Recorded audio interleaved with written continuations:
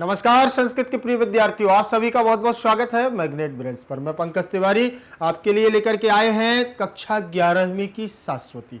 जो हम पढ़ रहे थे उसी का जो हमारा अंतिम पाठ चल रहा था नवद्रव्याणि। नवद्रव्याणि पाठ से आज हमने उसका पाठ का एक्सप्लेनेशन किया, उसका अभ्यास कार्य किया और उसके परीक्षा उपयोगी प्रश्नों को भी किया और वन शॉट रिवीजन भी किया। अर्थात पूरे चैप्टर का हमने कंप्लीट चैप्टर रिवीजन भी किया। लेकिन आज जो हम आपके लिए लेकर के आए हैं वो आप समझ रहे होंगे कि एक प्रश्न के 4 आंसर आपके समक्ष रहते हैं और उन 4 आंसर में से हमें एक आंसर का क्या करना पड़ता है, चुनाव करना पड़ता है। तो उसी 4 आंसर में से एक आंसर हमारा राइट होता है। तो उस विकल्पीय बहुविकल्पीय जिसे हम बोलते हैं वैकल्पिक प्रश्न, वैकल्पिक प्रश्नों में आज हम प्रश्न हल करेंगे। तो देखते हैं कि कितने प्रश्न हम स्वयं से कर पाते हैं। ठीक है ना। तो ज्यादा विलंब नहीं करना है। पूरा पाठ आप लोगों ने अच्छे से पढ़ा है नवद्रव्याणि, जिसमें आपको पता है कि 9 द्रव्यों के बारे में बतलाया गया है। 9 द्रव्य हैं क्या, ठीक, और कौन से शास्त्र से लिए गए हैं, कौन से ग्रंथ से लिए गए हैं। नवद्रव्याणि पाठ के मूल ग्रंथ क्या है, मूल ग्रंथ के रचनाकार क्या है, कौन है। तो ये सारी चीजें आज हम इसमें बहुविकल्पीय प्रश्नों में पढ़ेंगे। तो ये हमारी परीक्षा से संबंधित बहुत महत्वपूर्ण है। तो आप लोगों को याद रखना है, बहुत अच्छे से इनको करना है। चलिए विलंब नहीं करना है।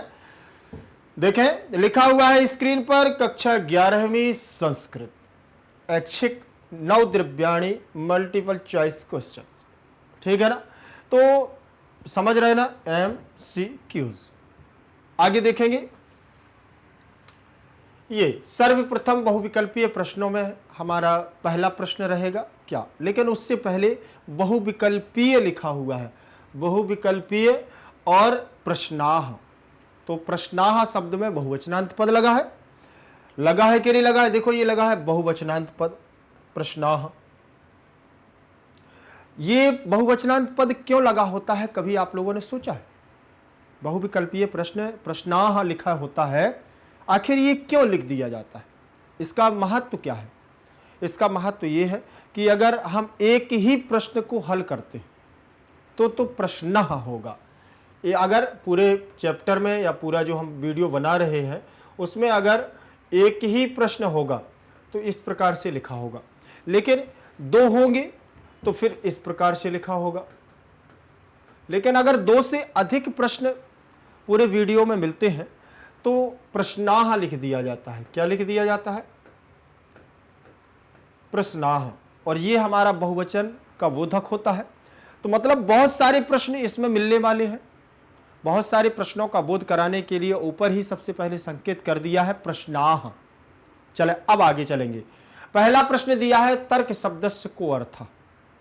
तर्क, आप लोग तर्क शब्द समझ रहे हैं क्या है? कभी आप ने अगर विचार किया हो, कभी नाम सुना हो, ना सुना हो तो सर्च करिएगा।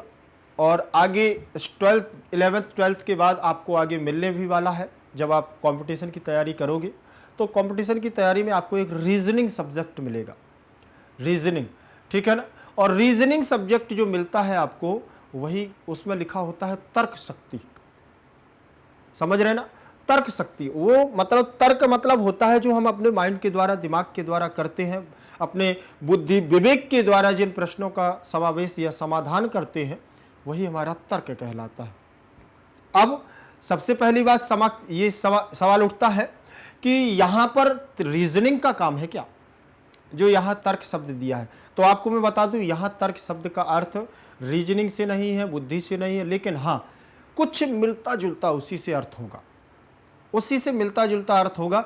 अगर भावार्थ को जोड़ा जाए तो ये कहीं ना कहीं उसी से हमारा संपर्क करवाता है। लेकिन उससे पहले मैं आपको बता दूं, अगर आपने पाठ का परिचय पढ़ा होगा तो पाठ के परिचय में आपको ये सारी चीजें मिली होंगी। सबसे पहला, शायद पहली पंक्ति ही में ही दिया है कि तर्क शब्दस्य अर्थः यथार्थ प्रमाणम यथार्थ ज्ञानम। अर्थात तर्क शब्द का अर्थ होता है प्रमाण और यथार्थ ज्ञान को प्राप्त कराना। तो यहां प्रमाण की बात करें तो कोई हमारा 4 विकल्पों में से कोई शब्द दिया हुआ है क्या? देखें लिखा हुआ है तर्क शब्दस्य।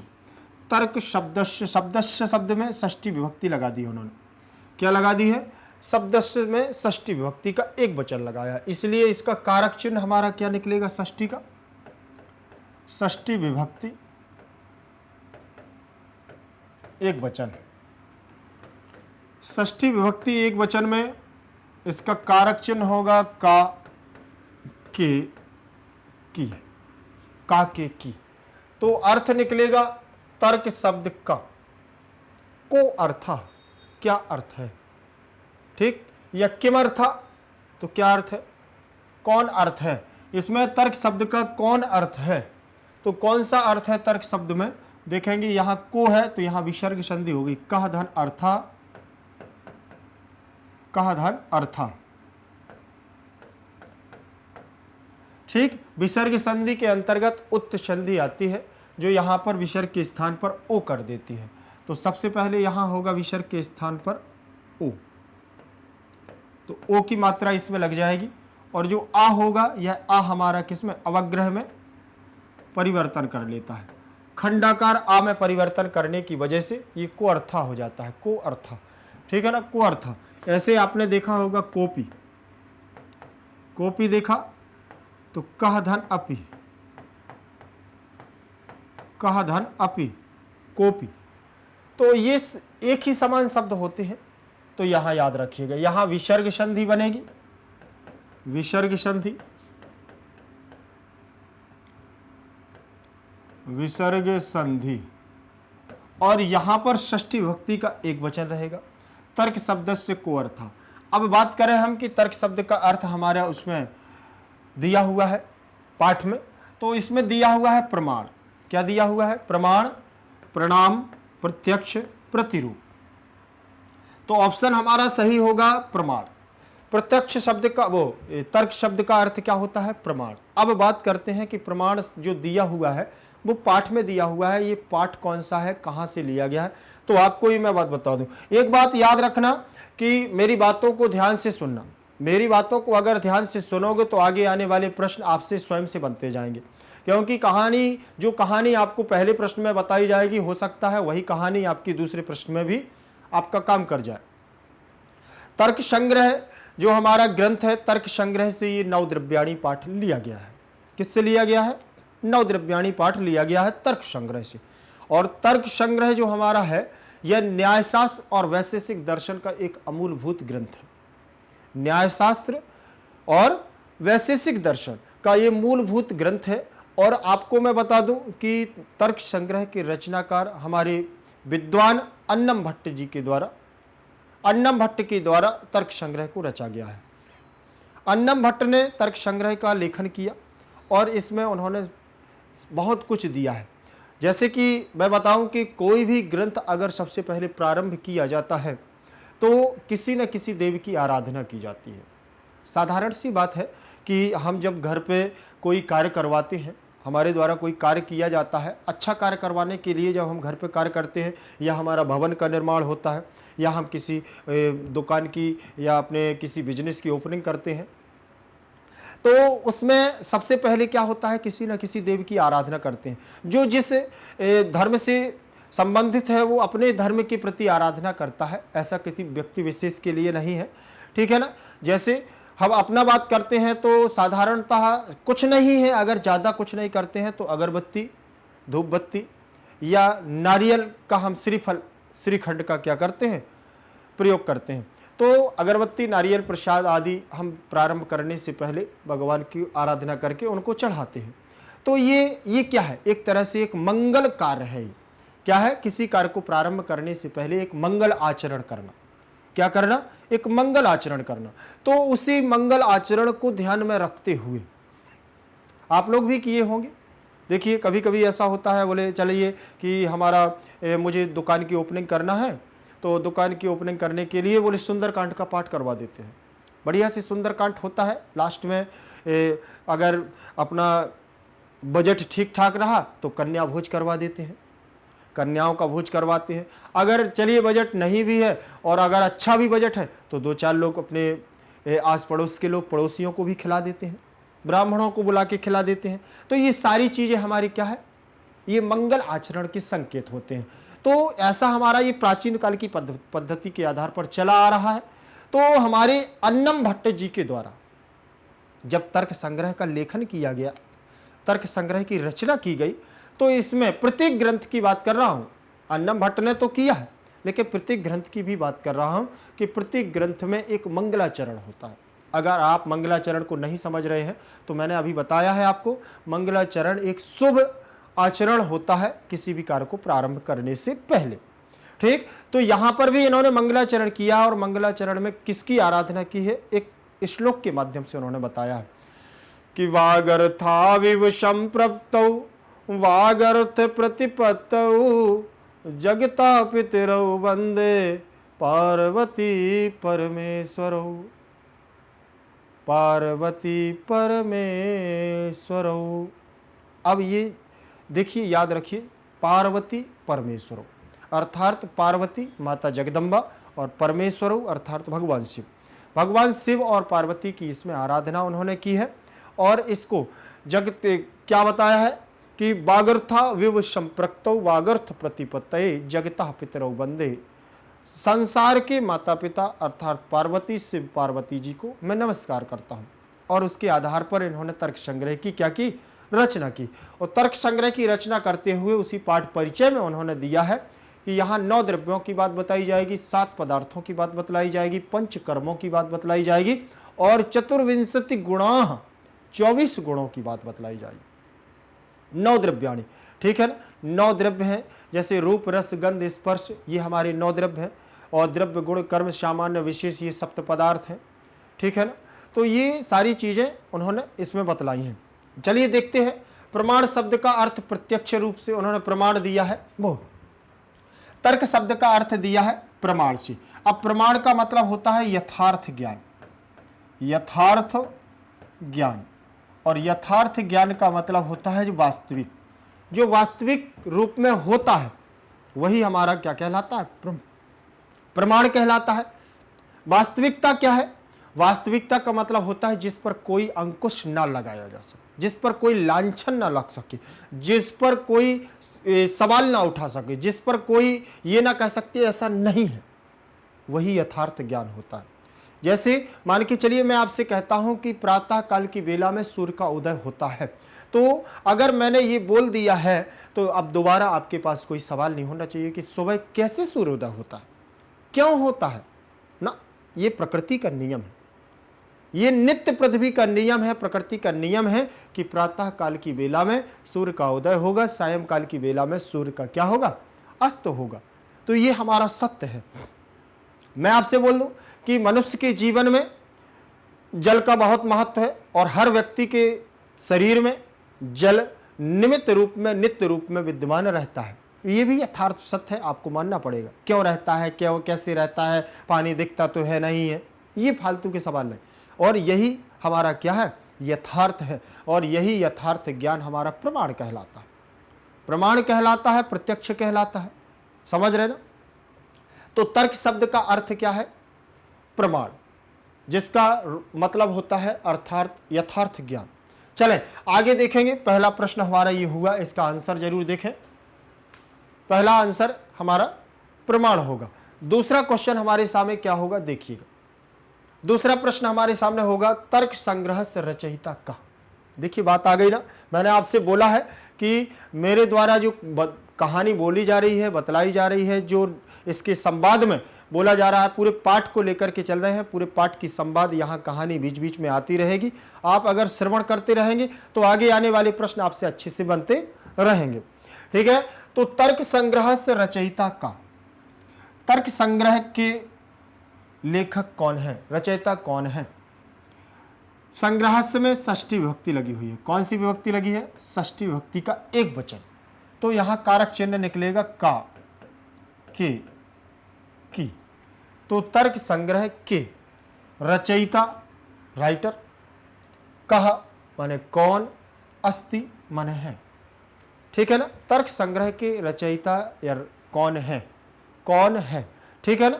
अब देखें, कालिदास है क्या, कालिदास, बाणभट्टः, अन्नम भट्टः, भवभूति। देखें कितनी अच्छी बात कर रहे हैं। तो यहां उन्होंने सारे विद्वान संस्कृत के रख दिए हैं, सारे विद्वान संस्कृत के हैं। अगर आपने इसको अच्छे से नहीं पढ़ा है तो स्वाभाविक सी बात है कि गलत होगा। क्या होगा? गलत होगा। लेकिन गलत हमें नहीं करना है, किसी ऐसे पथ पर नहीं जाना है जिससे कि हमारा 1 मार्क्स कम हो जाए। 1 मार्क्स अगर हमारा कम हो रहा है तो याद रखिएगा कि 1 मार्क्स में हमारे बहुत सारी चीज एक एक करके बूंद बूंद से घड़ा भरता है। अगर आप सोचे कि एक ही तो गलत हो रहा है, एक यहाँ पर आपने कर दिया है बहुविकल्पीय प्रश्नों में, एक कर दिया आपने एक पदेन उत्तर में, एक कर दिया आपने पूर्ण वाक्यन में, एक कर दिया फिल इन द ब्लैंक्स में, और मंजूसा आदि भी आते हैं तो मंजूसा आदि में कर दिया है, एक वाक्य हमारा अशुद्ध वाक्य बनाने में हो गया। तो ऐसे करके एक एक करके 8-10 क्वेश्चन हमारे कम हो जाएंगे, और कम हो जाएंगे तो 8-10 मार्क्स हमारे कम हो जाएंगे। याद रखिए। तो जब कम हो जाएंगे तो वो आप किसके ऊपर जाएंगे? इसका खामियाजा किसे भोगना पड़ेगा? आपको। आपके मार्क्स कम होंगे, आपकी परसेंटेज कम होगी, आपकी पढ़ाई, आपका मनोबल कम होगा। तो याद रखिएगा, हम यहां पर पढ़ रहे हैं अभी, तो हमें पढ़ना ही पड़ेगा। हमारे द्वारा जो पढ़ा जा रहा है वो हमारे लिए महत्वपूर्ण है। ठीक, चलिए यहां देखते हैं। सबसे पहले बात करेंगे हम कालिदास की। तो कालिदास संस्कृत जगत के बहुत बड़े विद्वान हैं। ठीक, तो क्या उन्होंने तर्क संग्रह की रचना की है? तो तर्क संग्रह की रचना पता तो नहीं है, लेकिन कालिदास की कुछ रचनाएं पता है, तो वो पहले देख लेते हैं कि उनमें से तो नहीं है। ठीक, तो कालिदास की विश्व प्रसिद्ध रचना क्या है? अभिज्ञान शाकुंतलम।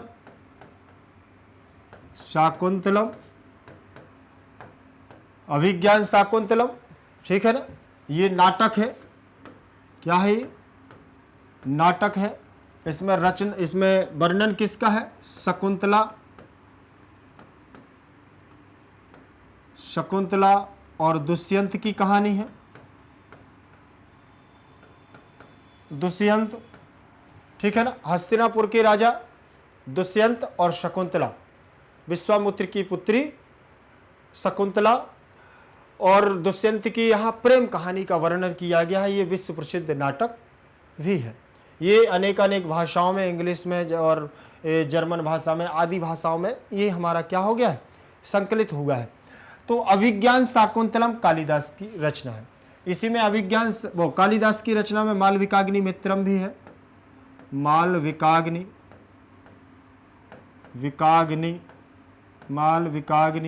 मित्रम, मालविकाग्नि मित्रम, ठीक है ना? मेघदूतम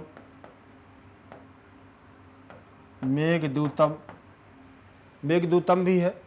अभिज्ञान शाकुंतलम, मालविकाग्नि मित्रम, मेघदूतम, और कौन सी है? ऋतु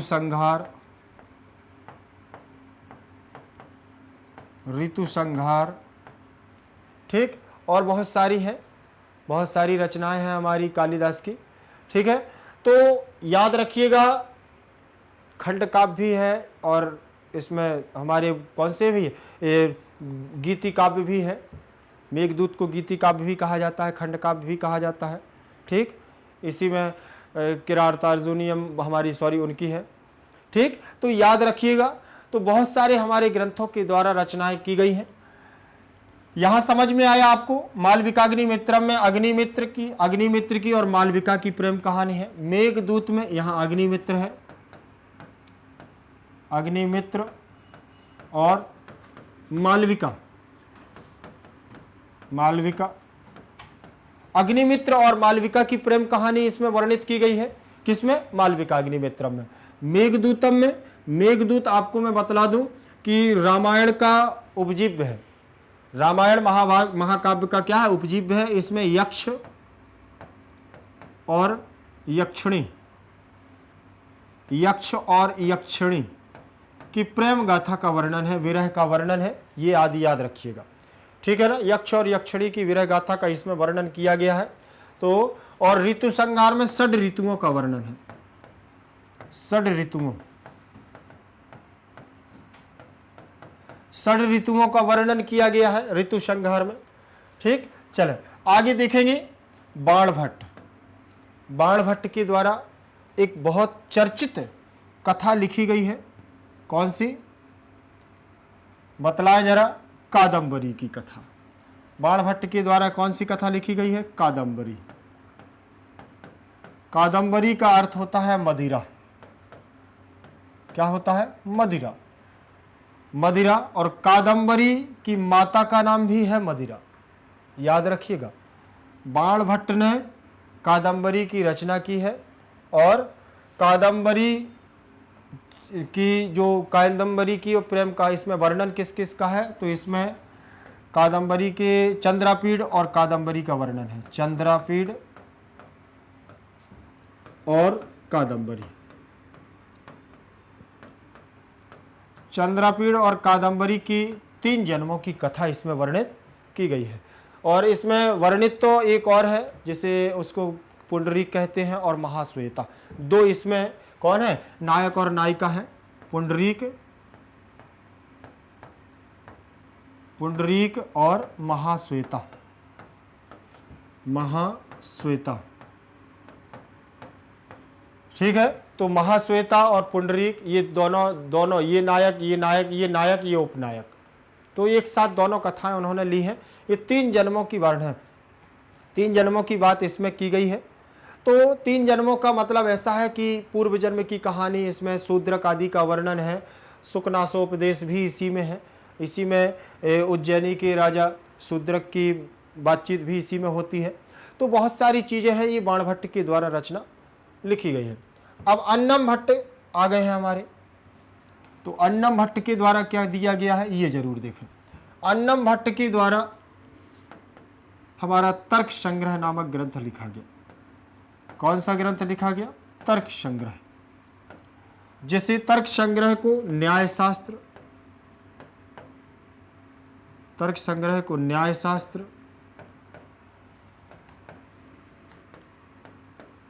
वैशेषिक दर्शन, वैशेषिक दर्शन, वैशेषिक दर्शन आदि की कुंजी कहा जाता है, चाबी कहा जाता है।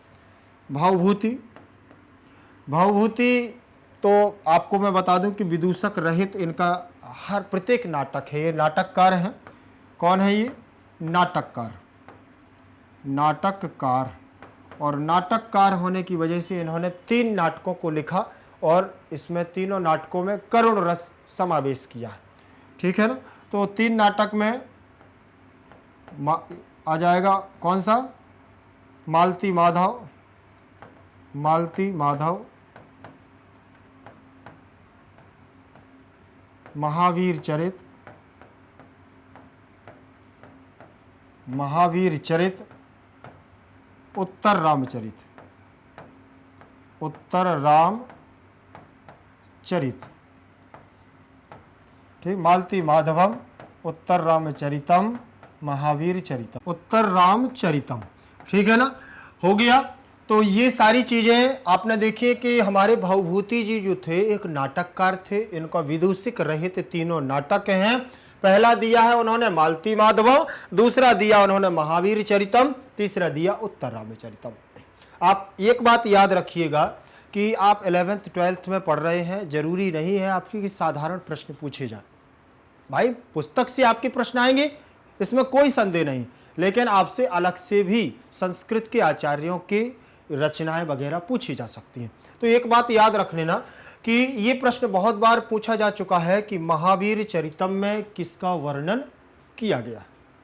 महावीर चरितम में किसका वर्णन किया गया है?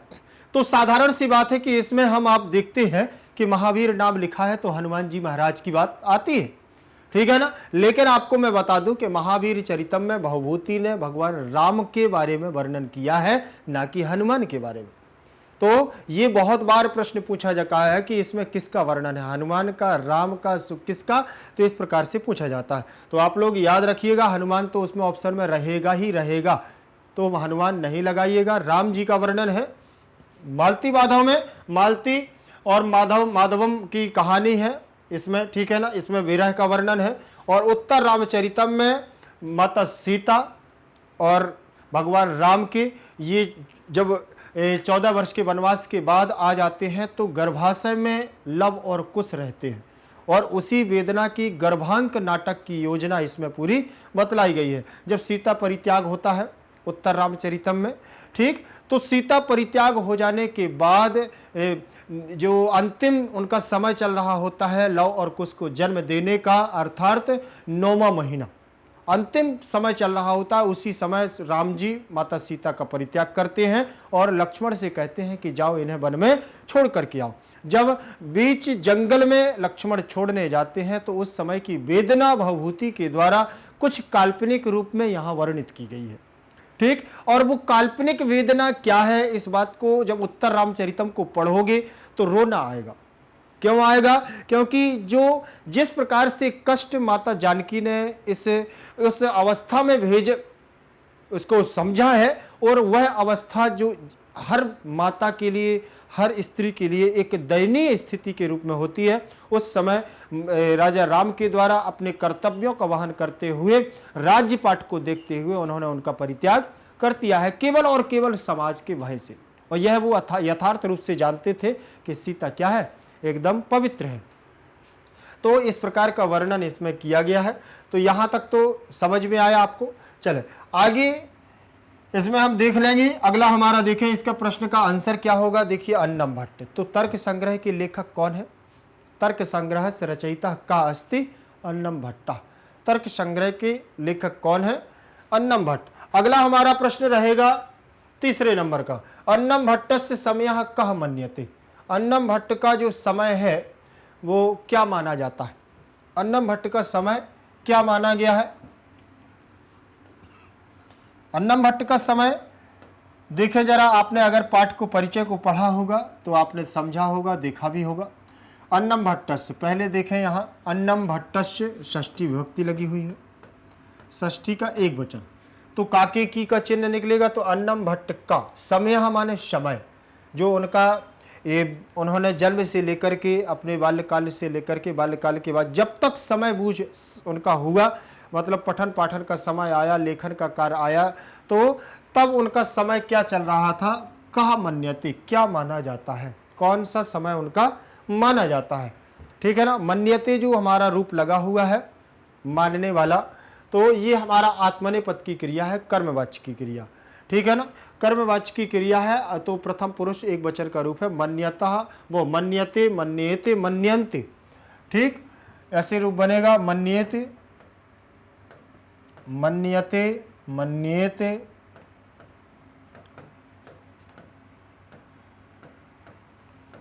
मन्यन्ते, इस प्रकार से। तो ये प्रथम पुरुष एक वचन का रूप होगा, मन्यते। ठीक, चलें आगे देखेंगे। क्या 15वीं शताब्दी होगा, क्या 16वीं शताब्दी होगा, क्या 17वीं शताब्दी या 18वीं शताब्दी? ठीक, तो पाठ का परिचय अगर आपने पढ़ा है तो बताने की हमको जरूरत नहीं है, मैं तो बताने वाला नहीं हूं, आप बतलाएंगे कि कौन सा समय उनका चल रहा था। तो देखिए, जो अन्नम भट्ट जी हैं इतने प्राचीन नहीं है। जैसे कालिदास की बात करें तो ये प्रथम शताब्दी में चले हैं कालिदास, और कालिदास के पूर्ववर्ती हैं भास, सौमिल्य आदि पूर्ववर्ती कवि हैं कालिदास से भी पहले के। ठीक, तो फिर बाण भट्ट जी हैं और भवभूति हैं, भर्तृहरि हैं, ये 7वीं 7वीं शताब्दी के पूर्वार्ध उत्तरार्ध में ऐसे इन लोगों की हुई हैं। ठीक, और बात करें हम तो इनकी अन्नम भट्ट की, अन्नम भट्ट ये हमारे लगभग 17वीं शताब्दी के लगभग आए हैं। ठीक है ना, तो 17वीं शताब्दी इसमें दिया हुआ है। हाँ, देखें पाठ के परिचय में भी लिखा हुआ है कि इनका समय काल, इनका जीवन जो समय काल चला है, लेखन काल, रचना काल समय है इनका 17वीं शताब्दी माना जाता है। देख लें आंसर, देख लें एक बार, 17वीं शताब्दी। ठीक है ना। चले आगे देखेंगे। अगला प्रश्न हमारा होगा, न्याय व वैशेषिक दर्शनस्य कुंजी अस्ति। न्याय व वैशेषिक दर्शनस्य, न्याय और वैशेषिक दर्शन की कुंजी अस्ति। कुंजी का मतलब होता है चाबी। ताला में जो चाबी होती है, जो लॉकर होता है ना, लॉक लगाने के लिए जिस चाबी का प्रयोग करते हैं, जिस कुंजी का प्रयोग करते हैं, वही कुंजी है।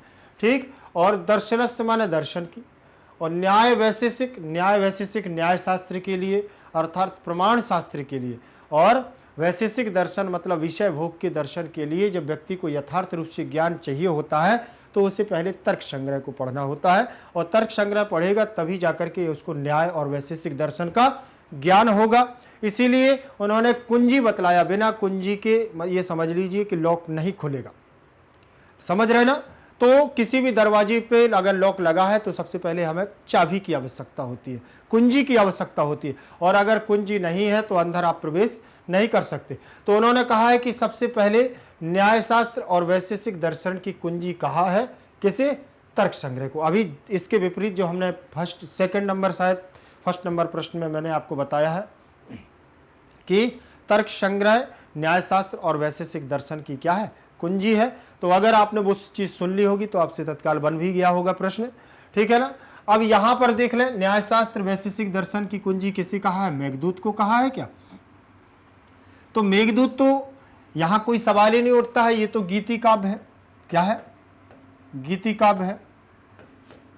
इसे खंड काव्य भी कहा गया है, खंड काव्य भी कहा गया है, खंड काव्य। और हमारे कुछ विद्वान ऐसे हैं, विदेशी विद्वान, जिन्होंने इसे शोक गीत भी कहा है, शोक गीत। कई लोगों ने इसे विरह गीत भी कहा है, विरह गीत भी कहा है, ठीक। और देखिए, गीति काव्य, खंड काव्य दो खंडों में बता है, पूर्व खंड और उत्तर खंड, पूर्व मेघ और उत्तर मेघ के रूप में दो खंड बटे, इसलिए खंड काव्य कहते हैं। गीति काव्य क्योंकि गायन शैली में पूरा मंदा क्रांता छंद में गाया जाता है, ठीक, इसीलिए गीति काव्य भी इसे कहते हैं। और शोक गीत की बात करें तो शोक गीत क्यों कहा है? क्योंकि पूरे में दुखी अवस्था में है, पूरा वर्णन जितना भी किया गया है सब दुखित अवस्था में किया है। अपनी वेदना को जब कोई धोखा दे देता है ना, तो वो सारी चीजें इसमें वर्णित है, ठीक। तो इसमें धोखा नहीं दिया, लेकिन यहाँ अपनी प्रेमिका से बिछड़ गया है। लॉकडाउन में बहुत सारे लोग बिछड़ गए थे, तो रोते रहते थे अंदर बैठे बैठे, मिलन नहीं हो पाता था। तो यही कंडीशन यहाँ यक्ष और यक्षिणी की थी, ठीक है। तो यहाँ इसीलिए इसको शोक गीत कहा गया। विरह गीत मतलब बिछड़न हो गया था, बिछड़न हुआ था यक्ष का यक्षिणी से, ठीक है। तो पहला श्लोक इन्होंने बहुत अच्छा दिया है इसमें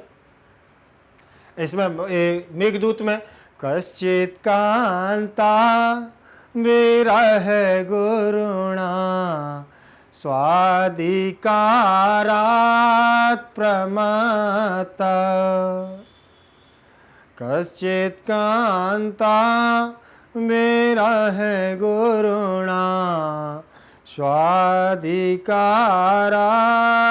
प्रमत्ता, सापेनांगगमित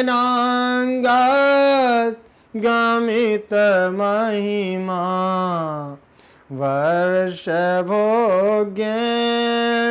वर्तु। ये तो दो पंक्तियां हैं। इस प्रकार से पूरा मंदा क्रांता छंद में ये गाया गया है। तो किसी कश्चित कांता, कोई अपनी पत्नी से विरह गुरुणा, कहाँ कर दिया गया है? विरह कर दिया गया है। अपनी पत्नी से किसी को क्या कर दिया? यक्ष को अपनी यक्षिणी से विरह कर दिया, छुड़ा दिया गया है। और कुबेर जी ने श्राप दिया था कि तुमको दूर रहना पड़ेगा 1 वर्ष तक, वर्ष भोग्येण भर्तु, और 1 साल के लिए उनको विछड़न कर दिया था। तो पूरी विरह वेदना इसमें दी गई है। तो बहुत अच्छा गीत है, कभी मौका लगेगा तो मेघदूत भी आपको सुनाएंगे। अगर आप लोग ग्रेजुएशन में तो आपके सारे हैं ही, ठीक है ना। तो बहुत जल्द आपके ग्रेजुएशन के लिए भी कोशिश करेंगे कि सारे सब्जेक्ट आपके समक्ष उपस्थित कर सके, ठीक। चले अब देखें, इसमें उन्होंने दिया शिवराज विजयम। क्या न्यायशास्त्र और वैशेषिक दर्शन की कुंजी शिवराज विजय है? तो शिवराज विजय भी नहीं, मेघदूत भी नहीं है, शिवराज विजय भी नहीं है। शिवराज विजय फिर क्या है? अच्छा, मेघदूत के लेखक अभी बताया हूं कालिदास है, ठीक। शिवराज विजय के लेखक हमारे कौन है? डॉक्टर पंडित अंबिका प्रसाद, अंबिका प्रसाद, ठीक है। अंबिका प्रसाद जी हैं, अंबिका प्रसाद जी हमारे कौन है? शिवराज विजय के लेखक अंबिका प्रसाद। अब आपको मैं बता दूं, ये अंबिका प्रसाद जी कहां से हैं? ये राजस्थान, ठीक है ना। राजस्थान के सिलावटी शायद मोहल्ले से हैं, राजस्थान के, ठीक है ना। राजस्थान के जयपुर के पास में एक सिलावटी धूलापुर नामक शायद ग्राम है, ठीक, ज़्यादा नहीं। इनका अध्ययन अध्यापन जो हुआ है, इनका अध्यापन तो ये काशी वाराणसी में हुआ है। किसमें? काशी वाराणसी। और शिवराज विजय जो इनका लिखा हुआ है, ये संस्कृत जगत का पहला ऐतिहासिक उपन्यास है। ऐतिहासिक संस्कृत जगत का क्या है? ये पहला ऐतिहासिक उपन्यास है। ऐतिहासिक उपन्यास संस्कृत जगत का, संस्कृत जगत का, संस्कृत जगत का पहला ऐतिहासिक उपन्यास, प्रथम। क्यों?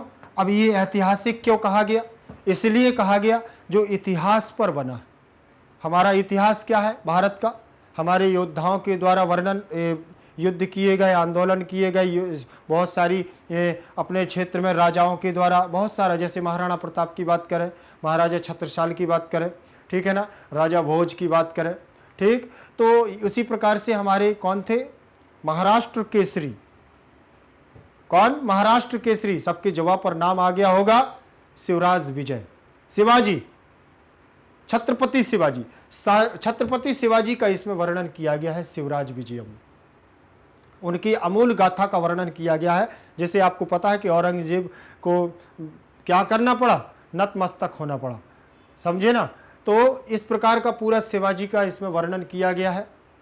शिवाजी के बारे में बतलाया गया। लेकिन शिवाजी, एक बात याद रखिएगा, कभी भी अंग्रेजों के समक्ष आत्मसमर्पण नहीं किया। छोटी काठी के, छोटा सा, बिल्कुल हट्टे कट्टे रहते थे, छोटे से, और तलवार की धार पर इस प्रकार से चलाते थे कि कई बार धोखा दिए अंग्रेजों के, वहाँ गढ़ में जाकर के घुस करके क्या किया? मार भगाया। तो इसमें बहुत अच्छा शिवराज विजय में भी वर्णन किया गया है। संस्कृत जगत का पहला ऐतिहासिक उपन्यास है। चलें आगे देखेंगे। तीसरा दिया हुआ है उत्तर रामचरितम। उत्तर रामचरितम पे अभी अभी चर्चा हुई है कि ये भवभूति की रचना है, भवभूति का नाटक है। भवभूति के नाटक में इसमें सीता और राम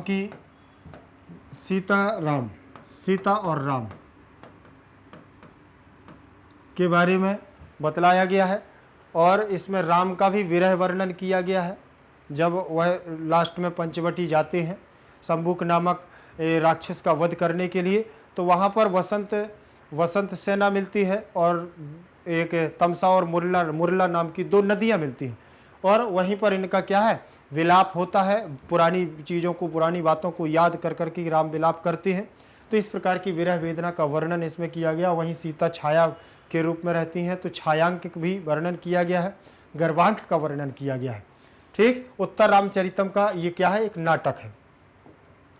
अब न्याय शास्त्र और वैशेषिक दर्शन की कुंजी ये नहीं है, ये नहीं है, ये नहीं है, तो फिर क्या है? तर्क संग्रह ही होगा, जो हमारा क्या है? अन्नम भट्ट के द्वारा रचा हुआ ग्रंथ है, अन्नम भट्ट के द्वारा। इसी में उन्होंने इसे क्या है?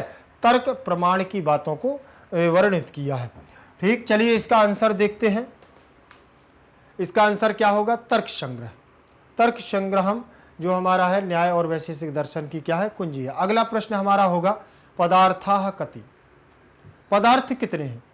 पदार्थों को कितने? पदार्थाः, पहली बात तो यहां देख लें, यहां देखेंगे पदार्था में यहां बहुवचनांत पद लिखा है, जैसे पदार्थाः,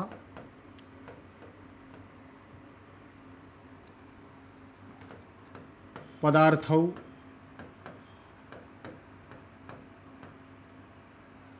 पदार्थाः,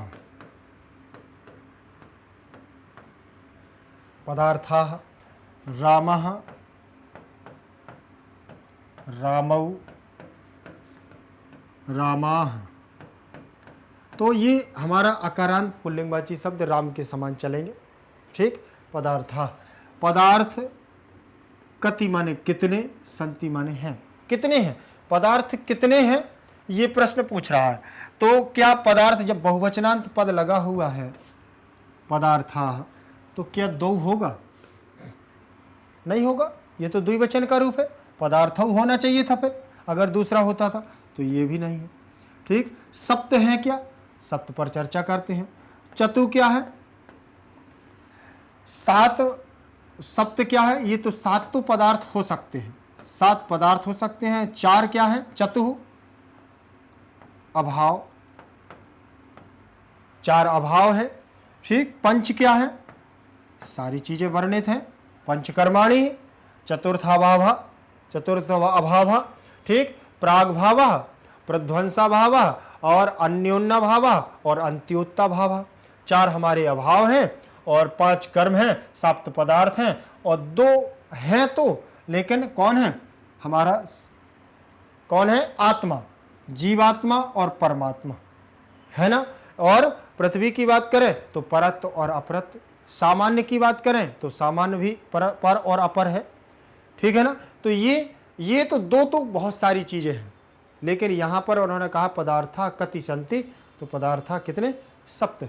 द्रव्य गुण कर्म सामान्य विशेष समवाय अभाव, द्रव्य गुण कर्म सामान्य, द्रव्य गुण कर्म सामान्य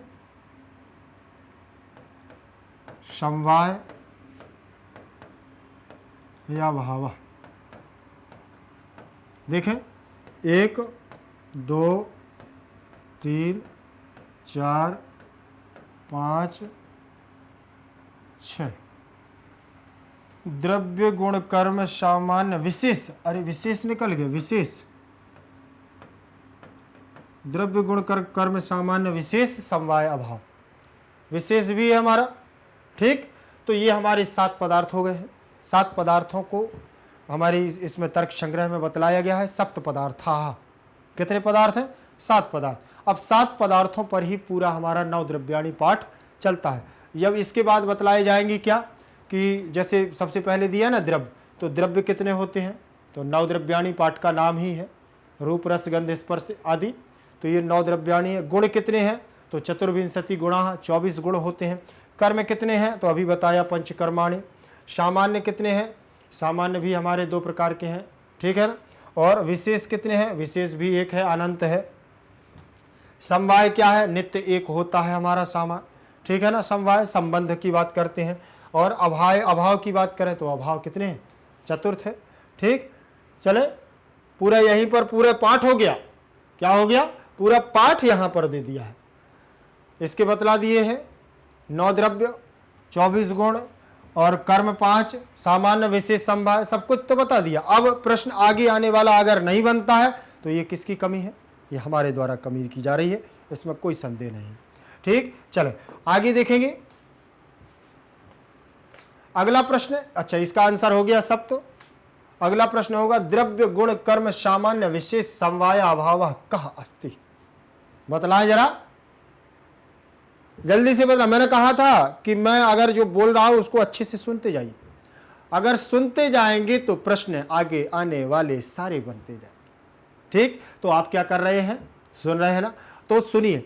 और अभी जस्ट इसके विपरीत पहले, जस्ट थोड़ा पहले, समय पहले देखो, अभी बताया ना द्रव्य गुण कर्म सामान्य विशेष समवाय अभाव कति सप्त पदार्थ, कौन है ये पदार्थ, क्या है बतलाए, द्रव्याणी है क्या, काल है क्या, आकाश है क्या, पदार्थ है क्या।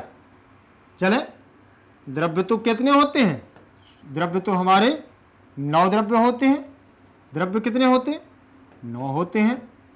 काल कितना होते हैं, काल तो वैसे समय है, एक ही है। आकाश क्या है, एक ही है, लेकिन पदार्थ तो कितने हैं, 7 हैं।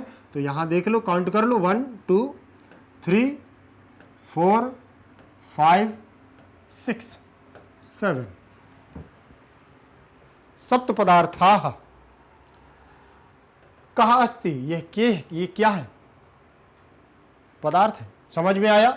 चलिए द्रव्याणी में बहुवचनांत पद लगा हुआ है, काला में प्रथमा का एक वचन लगा है, आकाशम में प्रथमा का एक वचन लगा हुआ है, पदार्था में प्रथमा का बहुवचन पद लगा है, क्योंकि 7 पदार्थ हैं। अगला प्रश्न हमारा होगा द्रव्य गुण कर्म सामान्य विशेष। अच्छा इसका तो अर्थ है, सॉरी उसी का आंसर हो गया। अगला प्रश्न द्रव्याणी कति सन्ति, द्रव्याणि कति सन्ति, द्रव्य हमारे कितने हैं। लेकिन द्रव्याणि में प्रथमा का अभी बताया ना, प्रथमा का बहुवचन। फलम फले फलानि, फलम फले फलानि, फलम फले फलानि, द्रव्यम द्रव्ये द्रव्याणि, द्रव्यम द्रव्ये द्रव्याणि, कति माने कितने, संति माने हैं। द्रव्याणि कति संति, द्रव्य कितने हैं, तो सप्त है क्या, बतला जरा, सप्त है क्या। 7 तो भैया पदार्थ हैं, कितने हैं, 7 तो पदार्थ हैं, सप्त पदार्थ। पंचम है क्या, तो पंचम तो क्या है भैया, कर्माणि है। क्या है, कर्माणि, कर्म है 5। 9 क्या है, 9 तो भैया द्रव्याणि है। क्या है, 9 द्रव्याणि है। 2 कहा, 2 क्या है, सामान्य है। क्या है, सामान्य है, परम अपरम। ठीक, तो बहुत सारी चीजें मिल रही हैं एक साथ, तो सोच समझ करके दीजिएगा जवाब। आप भी याद रखिए, सोच समझ करके अगर प्रश्न का जवाब देते रहेंगे तो प्रश्न बनते रहेंगे। चलिए, बहुत ज्यादा नहीं, और ये सारी चीजें प्रश्न आपसे बनते रहेंगे एक साथ। देखिए यहां आगे हो सकता है इनमें से भी कोई आगे आने वाला प्रश्न मिल जाए। चले आगे, इसीलिए ध्यान से पढ़िएगा। इसका आंसर देख लें, 9 द्रव्याणि कितने हैं, 9। अगला प्रश्न, गुणाः कति सन्ति, जल्दी 1 मिनट में आंसर दीजिए। गुणाः कति सन्ति, देखिए पहली बात तो गुणाः लगा हुआ है। गुणाः प्रथमा का बहुवचन पद है। क्या है, बहुवचन पद। और कैसे, गुणाः, गुणौ, गुणाः, ऐसे बनेगा गुणाः। ठीक, गुणाः कति सन्ति, सन्ति माने हैं और कति माने कितने। गुणाः, गुण कितने हैं, सप्तविंशति, एकोनविंशति, पंचविंशति, चतुर्विंशति। आपको मैंने बताया था पाठ में, जब मैं आपको पूरा लेसन पढ़ा रहा था, तब मैंने बताया था कि जरूरी नहीं है कि डिजिट में आपका आंसर पूछा जाए। ठीक है ना, संख्या में आपका आंसर पूछा जाए ये जरूरी नहीं है। संस्कृत का पेपर चल रहा है तो संस्कृत में ही प्रश्न पूछा जाएगा, और संस्कृत में ही प्रश्न पूछा जाएगा तो उसकी गिनती होगी। और गिनती क्या होती है, ये लिखी हुई है, और मैंने आपको ये बतलाया भी है कि इसकी गिनती का हल करना है, इसकी गिनती को करना है, सॉल्व करना है। तो कैसे करेंगे हम गिनती को सॉल्व, जरा देखें। ये लिखा हुआ है सप्तविंशति, क्या लिखा है, सप्तविंशति, और सप्तविंशति लिखा हुआ है तो इसको क्रॉस मार्किंग लगाएं। क्या लगाएं, क्रॉस मार्किंग। विंशति किसको कहते हैं, 20 को। मैंने आपसे कहा था ना कि 1 से लेकर के 10 तक की पहली संख्या आपको संस्कृत में सीखनी है, फिर इसके बाद 19, 20, 21, फिर 29, 30, 31, इस प्रकार से क्रमबद्धता से आपको संख्या सीखना है। तो विंशति कहते हैं 20 को, प्लस का चिन्ह लगा दो। सप्त कहते हैं, सप्त कहते हैं किसको, 7 को। अब 20 और 7 आप जोड़ दीजिए, कितने होते हैं, बोलिए जरा, कितने होते हैं, 27। तो ये हमारा क्या है, 27। क्या है ये, 27। अब एकोनविंशति, एकोनविंशति देखें जरा, एक ऊन, एकोन विंशति, अलग अलग कर लिया मैंने, इसको क्रॉस मार्किंग लगाओ। विंशति किसे कहते हैं, 20, और ऊन माना होता है कम। ऊन मतलब क्या होता है, कम। तो क्या कम, एक कम, तो माइनस कर दो, माइनस कर दोगे। ओन, यहां ओन लिखा ना, एक ओन, तो यहां एक धन ओन लिखा हुआ है, तो यहां गुण संधि हो गई है, आ के बाद ऊ आने पर ओ बन गया है, तो एक ओन बन गया।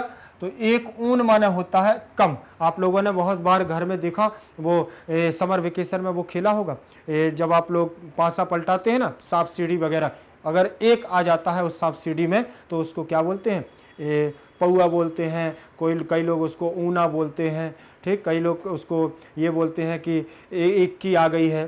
तो इस प्रकार से गेम खेलते हैं हम लोग, सांप सीढ़ी वगैरह का, पासा वगैरह का। तो लेकिन हम लोगों ने तो देखो, आपको मैं बताऊं कि मेरे द्वारा तो गर्मियों में कौड़ी आती हैं, कौड़ी, चंदा पौआ जिसे बोलते हैं, ठीक, ये खेला गया है। सांप सीढ़ी वगैरह तो ये खेलते रहे हैं, लेकिन ज़्यादा इंटरेस्ट है जो कौड़ियों में आता है मज़ा, वो खेलने का एक मज़ा ही अलग होता है, ठीक है ना। और ज़मीन पर एक क्या बना करके, ये चौकोर गेम बना करके उसको खेलने का एक मज़ा ही अलग होता है। तो उसमें जो एक आ जाता है वही ऊन कहलाता है, और जो एक का मतलब ऊन होता है और ऊन का मतलब कम होता है। तो एक ऊन अर्थात एक कम, तो माइनस करेंगे 1, तो ये जब 19 में, वो 20 में से एक माइनस करेंगे तो क्या हो जाएगा, 19। तो एकोनविंशति का मतलब होता है 19। हो गया है कि नहीं हो गया। अब बात करें हम पंचविंशति, तो पंचविंशति का भी आप देखिए, लगा लीजिए, आपसे सारी चीजें बन जानी चाहिए, याद रखिएगा। ये लिखा हुआ है पंचविंशति, क्या लिखा है, पंचविंशति। अब यहां देखो, फिर वही 20 + 5, इसमें तो ऊन नहीं है ना, और जब ऊन नहीं है इसमें तो कम नहीं होगा, अब केवल प्लस होगा। बस याद रखना, ऊन होगा तो क्या होगा, कम होगा, और अगर ऊन नहीं है तो फिर प्लस होगा। तो 25 आ गया, तो ये संख्या कौन सी कहलाएगी, पंचविंशति बराबर 25। ये हमेशा याद रखना, संस्कृत की गणना बहुत ज़्यादा परीक्षाओं में पूछी जाती है, और साधारण सी बात है, संस्कृत के विद्यार्थी हैं, तो अगर इतना ना आया तो क्या किया, जीवन में धिक्कार है ऐसे जीवन का, पढ़ना ही बेकार है हम आपका, कि संस्कृत पढ़ रहे हैं और पता नहीं है। एकम द्वय त्रय चतुर पंची षष्ठ सप्त अष्ट नवम 10 किसी ने कह दिया, और बोले कि 500 को क्या कहते हैं, और किसी ने कह दिया कि 99 को क्या कहते हैं, तो ऐसे मुंह करके बैठ गए, मुझे नहीं पता, क्या मतलब, धिक्कार है हमारे जीवन पर, ठीक। इसके बाद फिर दिया हुआ है चतुर्विंशति, क्या दिया है, चतुर्विंशति। तो यहां पर भी देखिए, चतुः क्या दिया है, चतुः और विंशति दिया है कि नहीं दिया। यहां पर देखें क्रॉस मार्किंग चलेगा, ठीक है, और क्रॉस मार्किंग चलेगा तो 20 + 4 क्या हो गया हमारा, 24 हो गया। देखें ये आ गया 24। अब आपको ये निश्चित करना है कि हमारे गुण कितने हैं। पूरा पाठ पढ़ा, द्रव्य गुण कर्म सामान्य विशेष समवाय अभाव, ये हमारे 7 पदार्थ थे, ठीक है ना। और 7 पदार्थों में उन्होंने द्रव्यों को द्रव्य बतलाए हैं 9 द्रव्याणि, गुण को बतलाया चतुर्विंशति गुणा, तो ये हमारे 24 गुण हैं। कौन है, 24 गुण हो गए, समझ में आया ना, 24 गुण इसमें हो गए। आगे देख ले, 24 गुणों के बाद प्रश्न का आंसर देखें एक बार, ये आ गया है कि नहीं। अगला प्रश्न होगा हमारा 9वें नंबर का, दुखेक्षा शब्द से कहा संधि अस्ति।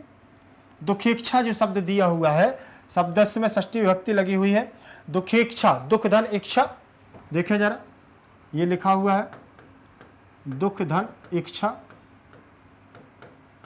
दुखेक्षा, दुख धन इच्छा में पहली बात तो ये देख लें कि इसमें ये संधि कौन सी है, ये पता होना चाहिए। 4 संधियां इसमें दी हुई हैं, दीर्घ संधि, गुण संधि, यण संधि, विसर्ग संधि।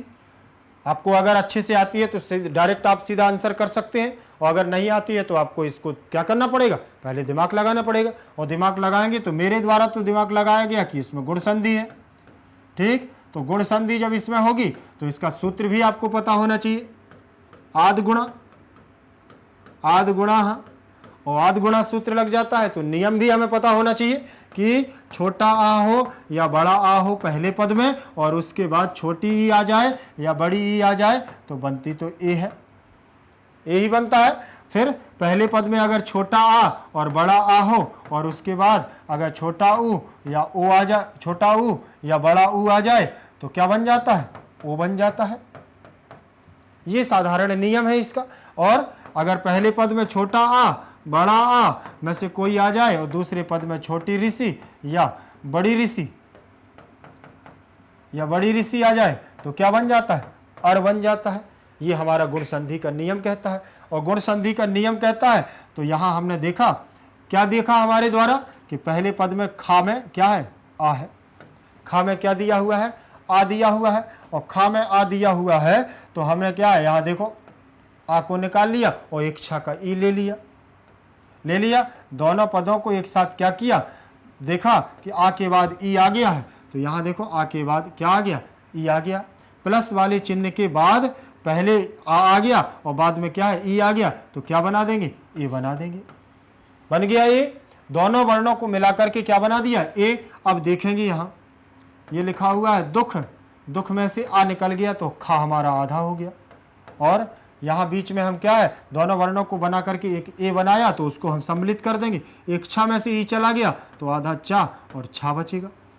चलिए इसको जोड़ते हैं तो एक ही मात्रा इस पर लगाएंगे तो एक ही मात्रा कितनी लगेगी? एक मात्रा लग जाएगी और सीधा सीधा आधा चा और छा को जोड़ देंगे। क्या समस्या है? कोई समस्या है क्या? दुखेक्षा बन गया। ठीक, कौन सी संधि होगी बतलाएं आप, बताएं जल्दी से। मेरे द्वारा तो गुण संधि है, आपके द्वारा क्या है? कमेंट में लिख करके जरूर बताएं। ठीक, मेरे द्वारा गुण संधि। कई बार ये सोचते हैं सर आपने जब गुण संधि बना दी तो हम गलत क्यों करें? ना, अपना दिमाग लगाइए। आप स्वयं अपना दिमाग लगाएं कि आखिर मेरे द्वारा गुण संधि क्यों बतलाएंगे। आपके द्वारा दिमाग में पहले कुछ और आ रहा था, अब गुण संधि आप कर रहे हैं तो ऐसा नहीं। आपको भी चुनाव करना है। जब तक हम अपनी सूझबूझ के साथ मेरे द्वारा अगर अच्छा नहीं सोचा जा रहा है तब तक हम प्रश्न में हल नहीं कर पाएंगे परीक्षा में, याद रखिएगा। ठीक, चले इसका आंसर क्या है देख लेते हैं एक बार। ये इसका आंसर होगा हमारा गुण संधि। ठीक, चले आगे देखेंगे। अगला प्रश्न हमारा क्या होगा? कर्माणि कति। देखिए मैंने बोला था ना कि मेरी बातों पर ध्यान दीजिएगा। मेरी बातों पर अगर आप ध्यान देते जाएंगे तो सारे प्रश्न आपको पहले मिलते जाएंगे। बस ये नहीं बता रहा हूं कि ये प्रश्न आएगा, लेकिन बात पूरी बोलते जा रहा हूं, सारी चीजें बताते जा रहा हूं कहानी के माध्यम से। अगर आपको अभी सुनते जाएंगे तो सारे प्रश्न आपसे बनते जाएंगे, याद रखिएगा। चले, लिखा हुआ है कर्माणि कति सन्ति। कर्म, कर्माणि में प्रथमा का बहुवचनांत पद लगा। कर्मम कर्मे कर्माणि, फलम फले फलानि। ठीक, कर्माणि कति सन्ति। कर्म कितने हैं? कर्म कितने हैं देखें। कर्म हमारे 9 हैं क्या? अभी तो बतलाया है। कर्म कितने हैं? 9 है ना। ऐसे पिटाई पड़ जाएगी। ठीक, कर्म हमारे 9 नहीं है। 9 तो हमारे द्रव्य हैं, 9 द्रव्याणि जो हम पाठ पढ़ रहे हैं। ठीक, और सप्त क्या है? सप्त हमारे कर्माणि होंगे, जरूर होंगे।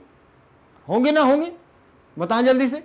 अरे नहीं होंगे, सप्त तो हमारे पदार्थ हैं। क्या है? सप्त पदार्था बोला गया है ना। हाँ, पंच है क्या? पंच कर्माणि, 5 कर्म होते हैं क्या? इस पर विचार करना पड़ेगा। चतुर्विंशति, हाँ ये होंगे जरूर। अरे चतुर्विंशति तो हमारे गुण हैं, 24। क्या है? 24 गुण होते हैं। तो ये गुण हो गए, ये पदार्थ हो गए, ये द्रव्य हो गए, तो बचा क्या है? कर्म। बचा क्या है? कर्म। चलिए, ये 9 द्रव्य, सप्त पदार्थ, 9 द्रव्याणि, सप्त पदार्थाः, पंच कर्माणि। कर्म कितने हैं? 5 हैं। चतुर्विंशति गुणाः।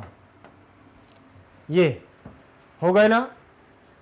ये सारी चीजें आप लोग बिल्कुल नोटबुक में लिखते जाइएगा, ठीक है ना। क्योंकि ये प्रश्न दोबारा जो लिख करके आपको भेजा जा रहा है, देखिए पंचकर्माणि, ये दोबारा थोड़ी आपको मिलेगा। आप केवल देख सकते हैं, पढ़ सकते हैं। जो आपको पेपर में पढ़ना है और जो चीज़ बोल करके आपको बतलाई जा रही है वो सुनने से सबसे ज़्यादा याद होती है। ठीक, पुस्तकस्य लिखी विद्या और परहस्ते गतम धनम और कार्य काले समुत्पन्ने ना तद विद्या ना तद धनम।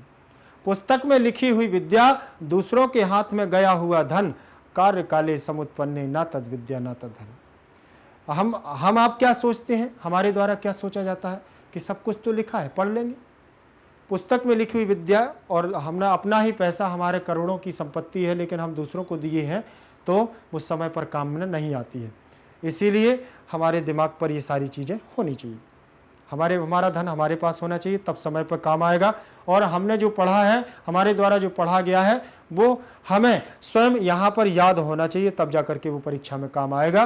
पुस्तकस्य लिखी विद्या पर हस्ते गतम धनम कार्यकाले समुत्पन्ने न तद विद्या न तद धनम। सामान्यम कतिविधा। सामान्य कितने प्रकार के होते हैं? 3 प्रकार के होते हैं क्या? 2 प्रकार के होते हैं क्या? 4 प्रकार के होते हैं क्या? कोपी ना, कोई भी नहीं होता है क्या? तो बतलाएं। सामान्य कितने प्रकार के होते हैं? बताएं जल्दी से। 3 प्रकार के होते हैं क्या? सामान्य तो नित्य पृथ्वी, नित्य के आधार, अनित्य के आधार पर 3 प्रकार का होता है। लेकिन सामान्य तो क्या है?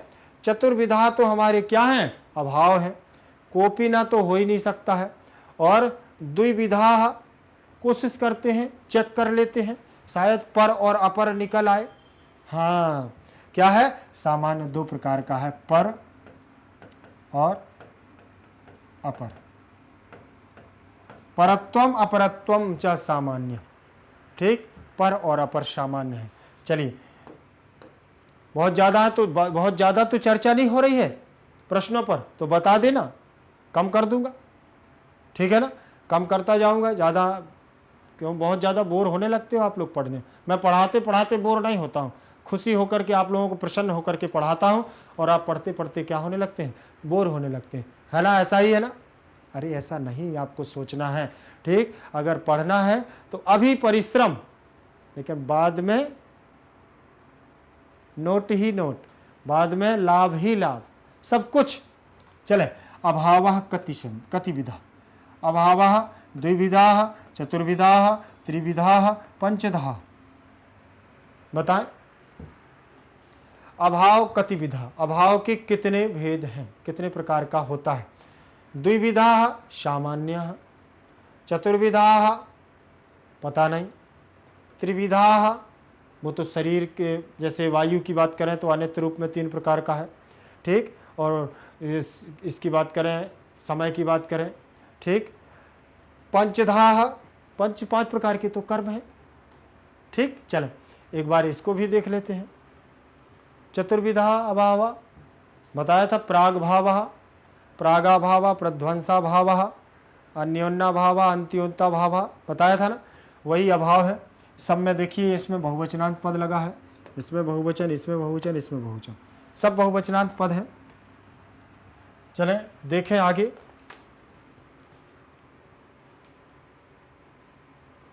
इसका आंसर लगा लिए, चतुर्विधा। ठीक, अभावः चतुर्विधा। प्राग भाव शब्दस्य संधिर अस्ति।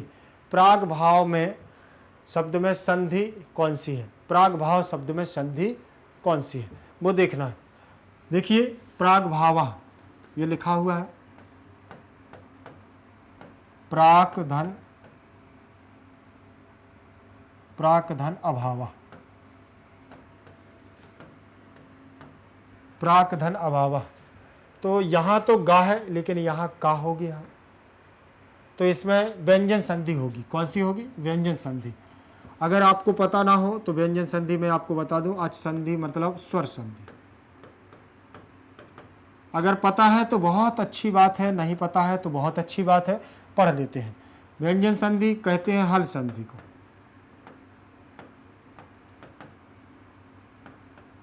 ठीक, विसर्ग संधि, दीर्घ संधि। अब यहां पर कौन सी संधि है ये देखना।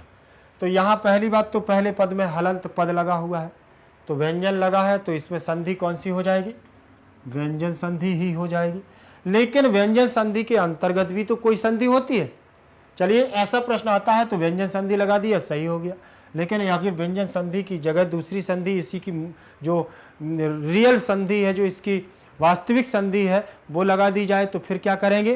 तो उसके लिए आपको मैं बता दूं कि यहाँ होती है जसत्व संधि। व्यंजन संधि का भेद है जसत्व संधि,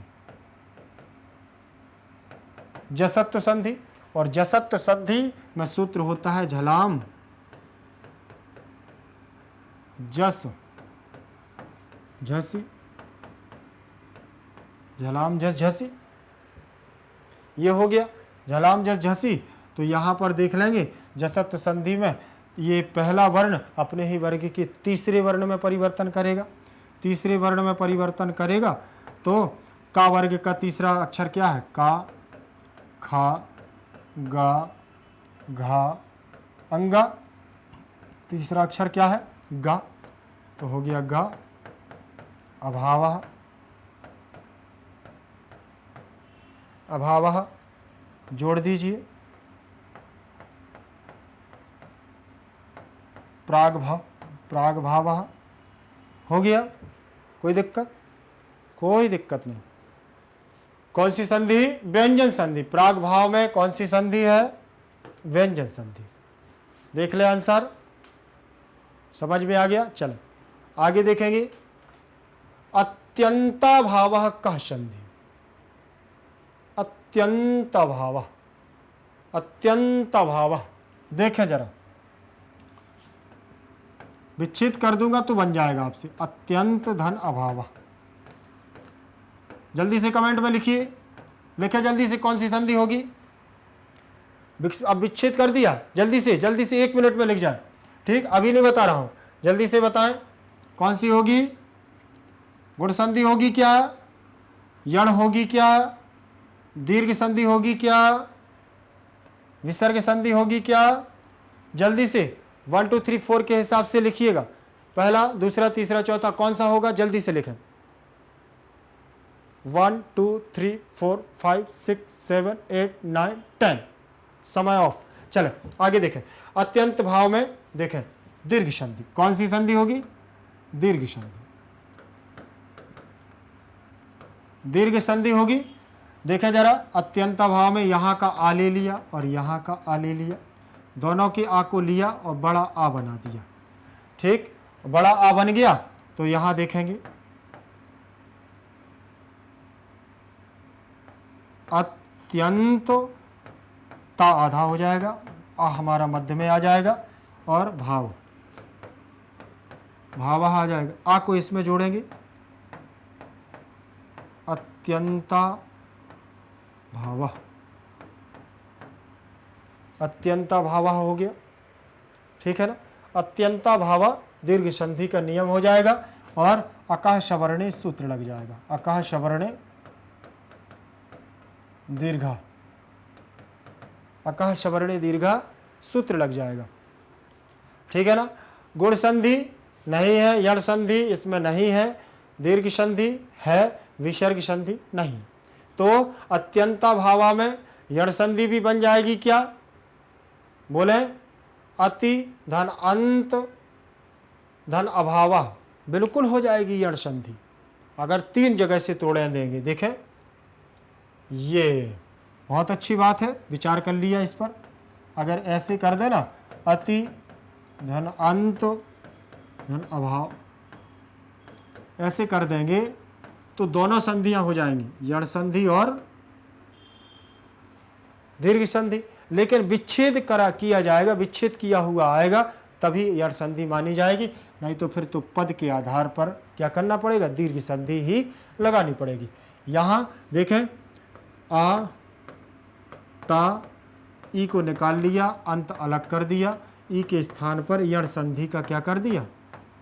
या कर दिया और ये अंत लिख दिया। अब इसको जोड़ेंगे तो ये बनेगा अत्य और आ जुड़ जाएगा, इस पूरा हो जाएगा अत्यंत। बन जाएगा कि नहीं बन जाएगा? तो यण संधि भी हो जाएगी, लेकिन अत्यंत शब्द में होगी यण संधि, पूरे में होगी दीर्घ संधि। चलें आगे देख लें, इसका आंसर क्या है? इसका आंसर होगा दीर्घ संधि। अगला प्रश्न हमारा रहेगा तत्र डॉट पृथ्वी। तत्र क्या है? पृथ्वी कैसी है? ठीक है ना। आपने पाठ को अगर पूरा संस्कृत का पाठ पढ़ा होगा तो मुझे पता चल जाएगा। पृथ्वी तत्र द्विविधा पृथ्वी, तत्र नित्या पृथ्वी, तत्र अनित्या पृथ्वी, तत्र गंधवती पृथ्वी। तो बताने की जरूरत नहीं है, शायद आप लोगों को सबको आता है, पाठ में सबसे पहले लिखा है ना, इसीलिए बन जाएगा। ठीक, जैसे ही पृथ्वी के बारे में बताया तो तत्र गंधवती पृथ्वी लिखा हुआ है, तो पृथ्वी हमारी कैसी है? गंधवान है, गंधवती है। आंसर देखें, गंधवती। अगला प्रश्न हमारा रहेगा पृथ्वी कतिविधा, पृथ्वी कितने प्रकार की है। ठीक, तो इसमें भी बताने की जरूरत है कि पृथ्वी कितनी है, 2 प्रकार की है। कितने प्रकार की है, 2 प्रकार की है। एक तो नित्य है और एक अनित्य है, ठीक है ना। तो नित्य क्या है, जो नित्य परमाणु रूपा और अनित्य कार्य रूपा। नित्य परमाणु रूप में विद्यमान है जो आकाश मंडल में है, और परमाणु रूप में जिसका हम विषय भोग कर रहे हैं। तो 2 प्रकार की है। ठीक, चले, इस पर कोई ज़्यादा चर्चा नहीं है, कार्य रूपा, क्योंकि पाठ बहुत अच्छे से पढ़ा चुका हूँ, ज़्यादा अब उस पर चर्चा नहीं होगी। संबंधेन शब्दस्य कः विभक्ति वचनम अस्ति। संबंधेन शब्दस्य, संबंध शब्द के शब्द है, संबंधेन शब्दस्य कः विभक्ति वचनम अस्ति। अच्छा, संबंधेन जो शब्द लिखा हुआ है उस शब्द की कौन सी विभक्ति और वचन है, ये पूछा जा रहा है। कौन सी विभक्ति है, कौन सा वचन है इसमें संबंधेन में। तो प्रथमा एक वचन है क्या। संबंध, पहली बात तो हमें पता होना चाहिए कि संबंध जो शब्द है, मूल शब्द क्या है, संबंध। मूल शब्द है संबंध। तो ये लास्ट में देखा हमने कि इसमें छोटा आ है, छोटा आ है। ठीक, तो राम के समान चल जाएंगे क्या, अकारांत है। ठीक, लेकिन हम फल के समान चलेंगे क्या, हाँ, तो ये फल के समान चलेंगे। संबंधम संबंधे संबंधानि। ठीक, कि राम के समान चल जाएंगे, राम के समान संबंधा संबंधौ संबंधा। ठीक, और यहाँ बनेगा हमारा, देखें, संबंध के रूप जैसे फलम, संबंध, यहाँ बन जाएगा संबंधा। राम के समान चलेंगे, याद रखिएगा, संबंधा संबंधम संबंधेन संबंधाय संबंधाय संबंधात और संबंधस्य संबंधस्य संबंधे। तो कौन सी विभक्ति होगी देख लें जरूर। संबंधेन कौन सी विभक्ति होगी बता। मैंने तो लिख दिया, मैं नहीं बताने वाला, बतलाएं। प्रथमा, द्वितीया, तृतीया, चतुर्थी, पंचमी, षष्ठी, सप्तमी। आप बताएंगे कौन सी विभक्ति है इसमें, बोले जल्दी। द्वितीया है क्या, नहीं है। प्रथमा है क्या, नहीं है। तृतीया, हाँ तृतीय विभक्ति। पंचमी, तृतीय विभक्ति का एक वचन रूप है संबंधेन। क्या है, तृतीय विभक्ति का एक वचन रूप है संबंधेन, याद रहेगा। चले आगे देखेंगे।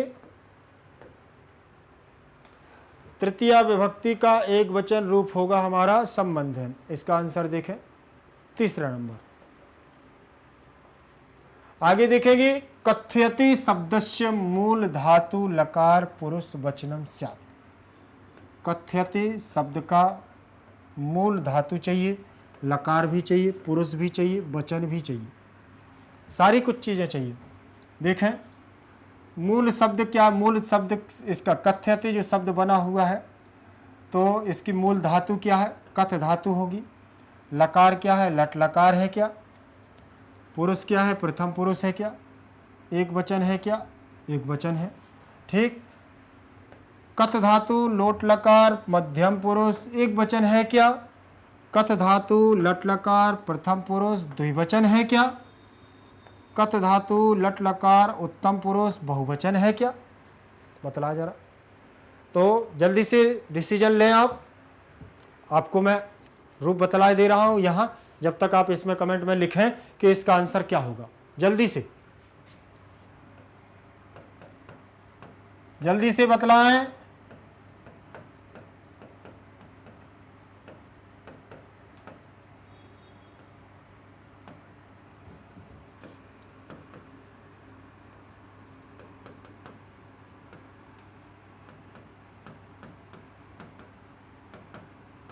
बताएं जल्दी से।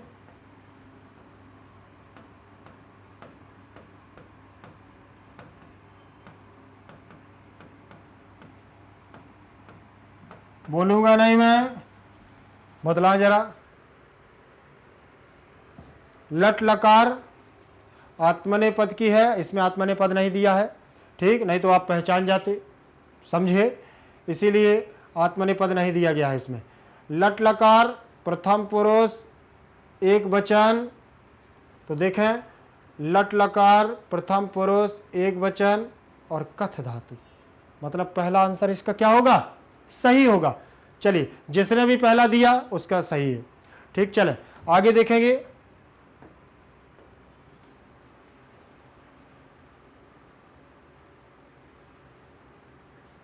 अगला प्रश्न हमारा होगा आकाशम कतिविधम, आकाश कितने प्रकार का है, ठीक है ना। आकाश कितने प्रकार का है, तो आकाशम तच्च ऐकम, तच्च एकम, आकाशम एक ही है, बताने की जरूर, जिसका आदि नहीं है अंत भी नहीं है, वो एक है। द्वि है क्या, त्रि है क्या, चतुर्थ है, नहीं, तीनों गलत है, और आकाश क्या है, एक ही है। देखें प्रश्न क्या हो गया, आकाश कितना है, एक ही है। आकाशम कतिविधम ऐकम, आकाश एक है। अगला प्रश्न हमारा देखें, आत्मा कथि भेदाः अस्ति, आत्मा के कितने भेद हैं, आत्मा कौन कौन सी है। आत्मा देखी है, भूत देखे हैं क्या, आत्मा निकलती है जब तो भूत बन जाती है, होती है क्या भूत, भूत होता है, अरे कुछ नहीं होता है भूत। आत्मा ना कभी मरती है, आत्मा ना कभी अग्नि के द्वारा जलाई जाती है, आत्मा को ना तो कोई शस्त्र काट सकता है। जिस प्रकार से पुराने वस्त्रों को फट जाने पर हम त्याग देते हैं, उसी प्रकार से आत्मा जीर्ण शरीर को, अर्थात जो हमारा शरीर नश्वर हो जाता है, किसी प्रकार का नहीं बचता है, पुराना हो जाता है, तो आत्मा उसको क्या कर देती है, छोड़ देती है और चली जाती है। और कई बार सवाल ये उठता है, सर जो जवान लोग चले जाते हैं, आत्मा चली जाती है उनको छोड़ करके, जवान लोग, तो कभी उनके लिए मैं बात बता दूं कि जो ब्रह्मा के द्वारा लिखा हुआ होता है, जिसकी आयु जितनी होती है उतनी ही निश्चित होती है। कभी कोई व्यक्ति ये ना माने कि ये तो पुराना नहीं था, ये नया नहीं था, जिसकी आयु जो लिख दी गई है उस आयु को कोई मिट नहीं सकता, उसको उतने समय पर जाना ही जाना है, चाहे वो अंदर बैठे बैठे कभी बाहर ना निकले, याद रख लेना। तो आयु से कोई खिलवाड़ नहीं, बस स्वस्थ रहिए, अपने शरीर पर ध्यान देते रहिए, ये सबसे अच्छी बात है, और कुछ नहीं है, ठीक। लेकिन एक जीवन का यही तो सत्य है, मृत्यु जो आनी है एक दिन, इसको हम आप जानते हैं, फिर भी इसका सदुपयोग नहीं कर पाते। तो जीवन का सबसे अमूलभूत सत्य, जन्म लेना सत्य नहीं है, कल क्या होगा ये सत्य नहीं है, लेकिन हमारी मृत्यु होगी ये निश्चित है, निश्चित है। कब होगी ये पता नहीं, आज होगी, अभी होगी, कल होगी, परसों होगी, ये कोई निश्चित नहीं है, मृत्यु होगी जरूर, ये जीवन का सत्य है। इसीलिए हमें क्या करना चाहिए, पल पल आगे के दिन जितने भी हैं, कितने हैं, पूरा जीवन पड़ा है, तो हमेशा कल की सोचते हुए कि कल पता नहीं क्या होगा, इसलिए आज अच्छा कार्य करना, अच्छे कार्य करते रहिए, अच्छे कार्य करते रहिए, परमात्मा सब उसको देखता है।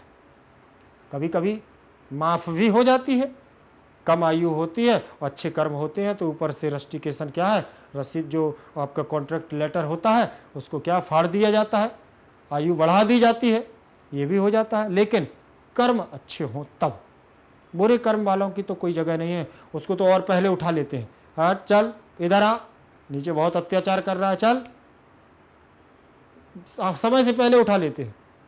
तो ये सारी चीज़ें होती। चलिए, आत्मा कतिभेदा, आत्मा के दो भेद हैं, जीवात्मा और परमात्मा। कौन कौन, जीवात्मा, जीवात्मा और परमात्मा। जीवात्मा परमात्मा, जीवात्मा क्या होती है, जीवात्मा नित्य होती है, जो परमेश्वर के द्वारा, ईश्वर के द्वारा, परमात्मा नित्य होती है, परमात्मा क्या है? ये नित्य है, विद्यमान है, ऊपर है, ठीक, त्रिलोकी है। लेकिन जीवात्मा प्रत्येक शरीर के भिन्न में विराजमान है। जीवात्मा हमारी क्या है? प्रत्येक, ये परमात्मा तो तत्रेश्वर, वह ईश्वर है, सर्वज्ञ है, ज्ञानी है, लेकिन यह हमारा क्या है? यह प्रत्येक शरीर के भिन्न भिन्न शरीरों में विद्यमान है, अणु के रूप में, परमाणु के रूप में। तो यह क्या है? हमारी जीवात्मा कहलाती है। तो आत्मा हमारी कितने प्रकार की है? देखें जरा, द्विविधा, ठीक, कितने प्रकार की? दो भेदा। आगे देखेंगे अगला प्रश्न, जीवस्तु कति संधि? जीवस्तु में कहा संधि? जीवस्तु में कौन सी संधि है? जरा देखें, दीर्घ संधि है क्या, गुण संधि है क्या, विसर्ग है क्या, यण है क्या? तो अगर आपने ध्यान दिया होगा पाठ को पढ़ाते समय, मैंने आपको बताया था कि बीच में अगर कभी भी 99% ये फॉर्मूला अपना काम कर जाता है, 100% श्योर तो मैं भी नहीं हूँ, लेकिन 99% आपका ये फॉर्मूला काम कर जाएगा। कौन सा? कि अगर बीच में अर्ध सा है, बीच में आधा सा है, आधा ये वाला सा है और ये वाला सा है, तो फिर कौन सी संधि होती है? विसर्ग संधि होती है। ये सारी चीज़ें आपको याद रखनी है, ठीक है ना? देखें जरा, ये इसमें कौन सी संधि है? विसर्ग संधि, ठीक, विसर्ग संधि इसमें दी हुई है। चलें, जीवः धन तु, देख लें जरा, जीवः धन तु, विसर्ग के स्थान पर शा हो जाएगा और शब्द बनेगा हमारा जीवस धन तु, और बन जाएगा जीवस्तु। बन गया है जीवस्तु। तो कौन सी संधि है इसमें? जरा देख लें, देखें, जीवस्तु विसर्ग संधि, ठीक। चलें, अगला प्रश्न हमारा रहेगा 22 नंबर का। देखें जरा, इसमें कौन सा प्रश्न है हमारा? देखें, तिष्ठति, तिष्ठति पुरुष वचन लकार चनुत। तिष्ठति शब्द में हमें धातु देखना है, पुरुष देखना है, लकार देखना है, और हमारा इसमें से चुनना है, पुरुष वचन, इसको देखना है। सबसे पहले तो हमें ये पता होना चाहिए कि इसमें मूल धातु क्या है। तो तिष्ठति जो शब्द बना हुआ है, तिष्ठति कौन सी धातु से है? स्था धातु है। स्था धातु से हमारी धातु बनेगी तिष्ठ। अब इसका रूप चलेगा लट लकार। लट लकार वर्तमान काल, लट लकार वर्तमान काल में ये हमारा चलेगा। लट लकार वर्तमान काल में प्रथम पुरुष, मध्यम पुरुष, उत्तम पुरुष, एक वचन, द्विवचन, बहुवचन, ठीक है। ये देखा, प्रथम पुरुष में आ जाएगा हमारा क्या? तिष्ठति, तिष्ठतः, तिष्ठन्ति। मध्यम पुरुष में तिष्ठसि, तिष्ठथः, तिष्ठथः, तिष्ठथ। क्या होगा? तिष्ठथ। यहाँ बनेगा तिष्ठामि, तिष्ठावः, तिष्ठामः। क्या बनेगा? तिष्ठामः। बन गया तिष्ठामः। तो कौन सा होगा? देखें जरा, इससे मिलाएं। प्रथम पुरुष एक वचन लट लकार, प्रथम पुरुष एक वचन लट लकार, प्रथम पुरुष एक वचन लट लकार। यह है क्या? इसके प्रथम पुरुष एक वचन लोट लकार, प्रथम पुरुष द्विवचन लट लकार, द्विवचन लट लकार। यह है क्या? प्रथम पुरुष एक वचन लंग लकार। बताएं जल्दी से। पहला आंसर क्या होगा इसका? पहला आंसर होगा, देख लीजिए, ठीक। ये सारी चीज़ें आपको भी पढ़नी पड़ेंगी, इनको थोड़ा सा ध्यान से पढ़िए, पढ़ते रहिएगा। अगला प्रश्न होगा इसका, अच्छा आंसर हो गया इसका पहला। प्राची शब्दस्य को अर्थ। प्राची आपने देखा होगा, प्राच्यादि दिक्, प्राच्यादि दिक् पढ़ा है पाठ में। और प्राच्यादि दिक् का मतलब होता है कि दिक् माने दिशा, और प्राच्यादि का मतलब पूर्वादि दिशा। जो पूर्व पश्चिम उत्तर दक्षिण जो हमारी दिशाएं होती हैं, उन्हीं की बात की है। तो सबसे पहले उन्होंने प्राची शब्द दिया था, तो प्राची शब्दस्य को अर्थ, प्राची शब्द का अर्थ क्या है? पश्चिम, पूर्व, उत्तर, दक्षिण। तो इसका क्या हो जाएगा? पूर्व होगा। प्राची शब्द किसके लिए आया है? पूर्व के लिए आया है, तो वही उसका अर्थ होगा। अर्थ देख ले, पूर्व। आगे देखेंगे, अगला प्रश्न रहेगा तत्रेश्वरा संधि चिनुत। तत्रेश्वर शब्द में संधि कौन सी है? अब देखेंगे। ठीक, तत्रेश्वर शब्द में सबसे पहले तो देखें कि तत्र का हमें विच्छेद करना आना चाहिए। तत्र धन ईश्वर, तत्र धन ईश्वर, ये हमने इसको क्या कर लिया? विच्छेद कर लिया। विच्छेद कर दिया तो अब इसमें देखेंगे तो यण संधि का नियम लगेगा क्या? दीर्घ संधि का लगेगा? गुण संधि का लगेगा क्या? उत्त संधि का लगेगा क्या? तो आपके द्वारा कमेंट में लिखा जा रहा होगा कि कौन सी होगी संधि। जल्दी से लिखिए। 1 2 3 4 5 6 7 8 9 10। चलिए अब मैं लगाता हूं। यण संधि का इसमें नियम नहीं, दीर्घ संधि का नियम इसमें नहीं है, और उत्त संधि का नियम इसमें नहीं है। गुण संधि का नियम इसमें लगाते हैं।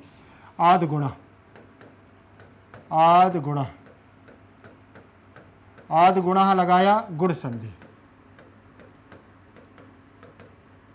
गुण संधि। देखें पहले पद में छोटा आ, बड़ा आ, फिर इसके बाद छोटी ई या बड़ी ई आए तो ए बनता है। पहले पद में छोटा आ, बड़ा आ हो और उसके बाद छोटा ऊ या बड़ा ऊ हो तो क्या बनता है? ओ बनता है। पहले पद में छोटा आ या बड़ा आ हो और उसके बाद छोटी ऋषि या बड़ी ऋषि हो तो क्या बनता है? हमारा अर बनता है। ये नियम है गुण संधि का। देखें तत्र के त्रा त्रिशूल में क्या है? यहाँ देख लें, तत्र धन ईश्वर, तत्र के त्रा में आ है और ईश्वर का ई हो गया, दोनों मिल गए। दोनों मिलने के बाद इसमें देखा कि आ के बाद ई आ रहा है। देखो छोटा आ के बाद बड़ी ई आ रही तो क्या बन जाएगा? ए बन जाएगा, और ए बन जाएगा तो यहाँ क्या हो जाएगा? हमारा ए बन जाएगा, और ये बन जाएगा तो तत्र में से त्रा त्रिशूल में से आ निकल गया है और ए को हमने यहाँ लगा दिया और ईश्वर का केवल स्वर बचेगा। स्वरः बचेगा कि नहीं बचेगा? अब देखेंगे स्वरः में से इसमें देखना है कि ए की मात्रा त्रा त्रिशूल पर लग जाएगी, तो ये लग गई है। देखो त्रे स्वरः, क्या बन गया? तत्रेश्वरः। तत्र ईश्वर, वह ईश्वर, वहाँ का ईश्वर कौन है? सर्वज्ञ है, संपूर्ण ज्ञान को रखने वाला है। तो इसमें कौन सी संधि थी? गुण संधि। देखें इसका आंसर भी देख लेते हैं एक बार। देखें जरा आंसर क्या है?